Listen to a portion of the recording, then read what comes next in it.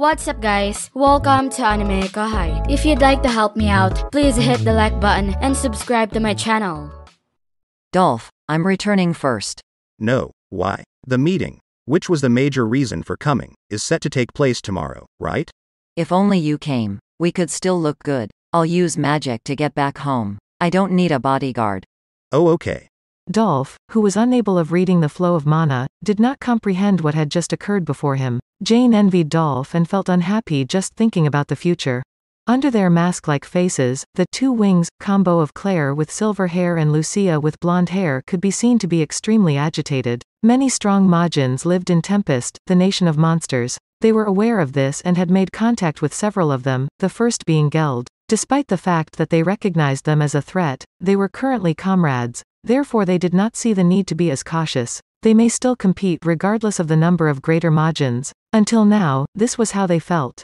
They were required to evaluate Tempest's power in accordance with their directive. Rimuru soldiers would definitely sustain some damage now that they were in conflict with the Nazca Namrium Ulmeria United Eastern Empire, the biggest and strongest of the human nations. This would hinder the development of the Sky City, which was something Frey was eager to see. They were tasked with evaluating the damage and making prognoses for the future. Of course, this involved planning for reinforcements. This does not seem to be necessary, though. 0 injuries? I find it hard to accept, but judging by your happy expressions, I suppose it's real. An unexpected report was consequently given. They had been happy to hear the news and had joined in the celebration of their victory, but it was a grave error of judgment for them to be presented with an immediate incident that caught them off guard. That is inconceivable. It is inconceivable that some of the executives could have evolved into someone as fearsome as Frey-sama in such a brief period of time. No, take a look over there. Demon Lord Rimuru is about to take action. Claire pointed out quietly to Lucia, who was irritated to see individuals who had approached the podium. The most horrifying ritual those two had ever heard of started right after that. No, now was not the moment to be in awe. They wanted to stop thinking about it because it was so implausible, but this was a serious circumstance, and they couldn't afford to pass any judgment. We must inform Frey-sama of this immediately. Yes, you are correct. Let's leave right immediately for home. They exchanged words and decided right away. They went back to tell Frey what had transpired after that.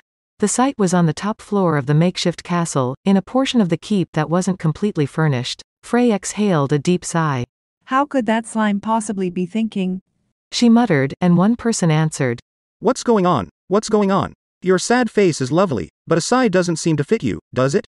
Carrion appeared. As Milam's aides, the two had become close to one another.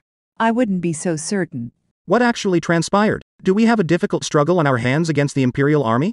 A worried Carrion asked. As she responded, Frey displayed concern. It was better if that had happened. If that happened, we could just deploy reinforcements without having to worry about anything. So, tell me, what is it? Is that Rimuru guy up to something bad again? Exactly right. Frey said after a brief pause to gather her thoughts. Carrion did not speak. I have a question for you, Carrion. What's that? It's impolite to refer to Rimuru-sama, Milam-sama's best buddy, as that Rimuru guy. Oh, come on, that's a little bit too late. In addition, you called that youngster by his first name while you were with Milam, and not too long ago, you even referred to him as that slime. You heard me? You are also a bad guy. Forget about that. I won't speak anything in front of others.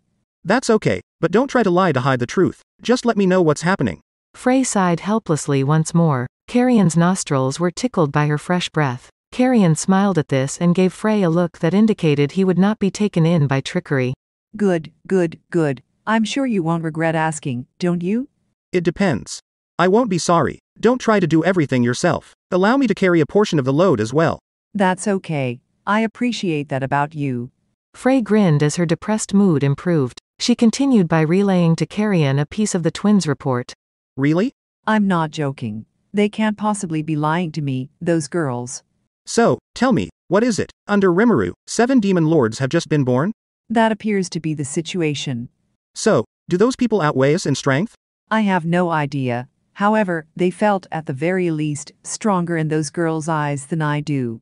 They appeared to be as powerful as Frey prior to their evolution. The girls, however, noticed a tremendous rise in their power after Demon Lord Rimuru had done something to them. A few of them were still in the process of evolving, but it wouldn't be long before their power stabilized, according to the report. The report's content was terrible, yet that seemed okay. Are you serious? Even Carrion, who had heard Fry's tale, was rendered speechless. Carrion, do I appear to be joking? No, not at all. That's correct, those are the facts. Never before had Carrion and Frey displayed their full might in front of their followers. But even close followers could, to some extent, perceive the strength of their superiors. It was still information that needed to be considered, even if it was simply an estimate. In addition, nobody under Frey would ever make fun of her or utter a lie. Carrion was forced to accept what he had just heard because of this. How in the world were Phobio and Alvis acting? Phobio, however, had not always been a guy who could gauge the strength of his adversary. He wouldn't have known if something strange had occurred in front of his eyes. Alvis would have known, though, so why didn't she inform me of this? While Carrion was considering this, Frey revealed something to him as though she had forgotten. Oh, by the way, Alvis-san, who is in charge of your group, is now engaged to Rimuru-sama's group leader, Benimaru Dono. The relationship between our two nations will improve if this international marriage is successful. It has also received approval from Rimuru-sama. I'm overjoyed for them. She succeeded. Alvis had spoken with Carrion earlier about this. He advised her to grab it by force, and Alvis ended up taking home the gold. Carrion smiled gleefully. Nevertheless, it appears that she will become the second wife. She should have been the first, I thought. Even so, the child she bears will be for our people. That's impolite.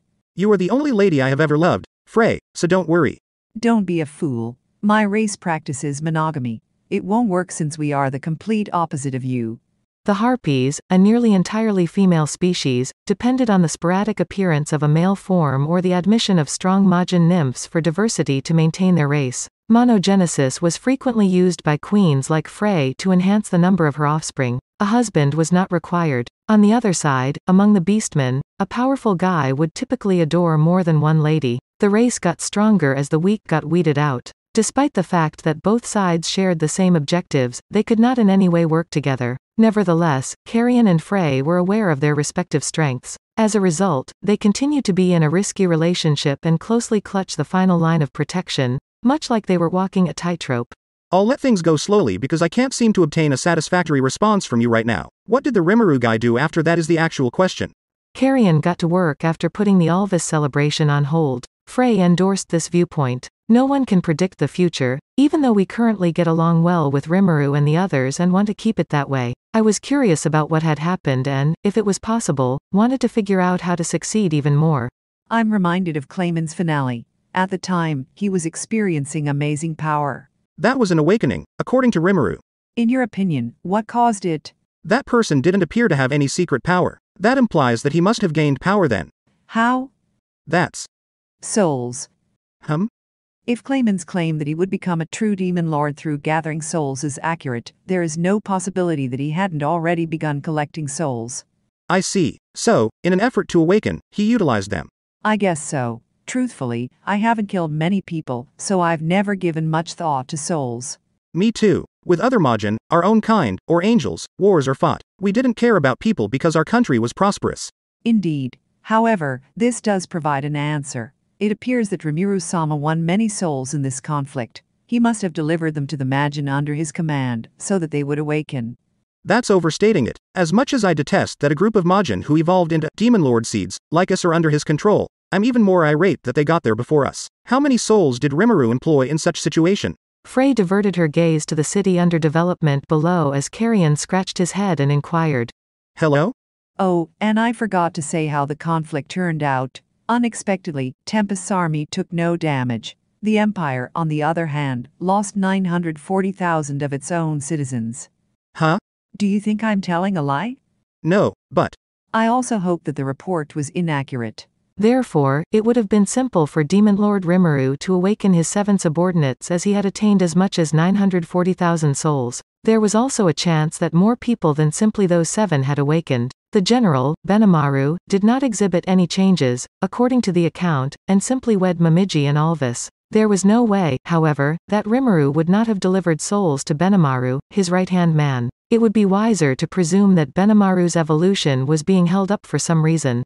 Alright, a clear-cut triumph with no casualties. That's no longer even a war. Long ago, I would have hoisted the white flag, but I'm not sure how the Empire will react.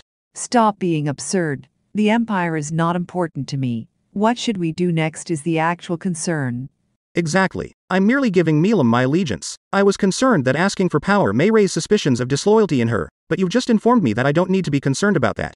Why do you say that? Rimuru raised his staff members to the same status as himself, correct? Seeing him in that light, I thought Milam must be the same. Indeed. Milam isn't such a little being that she'd be bothered by our own awakenings. Right? Why don't we simply do as we like then? It's not too late, even though we've been a touch too carefree. Let's set even higher standards. Yes, you are correct. That's something I admire about you. Carrion and Frey exchanged glances, just as things were starting to feel wonderful. Well put, fellas. Unlike Rimuru, I may not be able to awaken my minions, but I can train them. We can accomplish this with all of our strength, because you won't have to be concerned about dying in the labyrinth. Milam came to the rescue just in time. Ah, Milam, just as the mood was beginning to improve, you get in the way. As I've said many times before, don't take off your aura so you can approach me covertly. Despite this, I won't be joining you for your training. Milam ignored Carrion and Frey's complaints despite their protests. Milam's ears were quite good at blocking out information that might be unwanted. Okay, I'll go ask Ramirez for assistance. Wait, hold on. I didn't request that you train me either. Milam, if you don't listen to me, I'll come up with an original thought. Midley Dono will be in charge of preparing all of your meals. Are you okay with that? Milam's sense of crisis was sparked by Frey's remark, which worked to halt her. Carrion, who was present, commended Frey. I get it. You can call me whenever you want if you want to train. It's all right. Did you complete your homework, by the way? I recently heard something interesting, so... You still haven't finished it, have you? Frey grinned. Ugh, I'll be right back now that the break is over. That's a good girl. Milam went back to her homework, while Frey and Carrion also managed to get through the dilemma. But in their hearts, the desire for evolution remained a burning desire. It was still unclear whether or not this goal would ever be accomplished.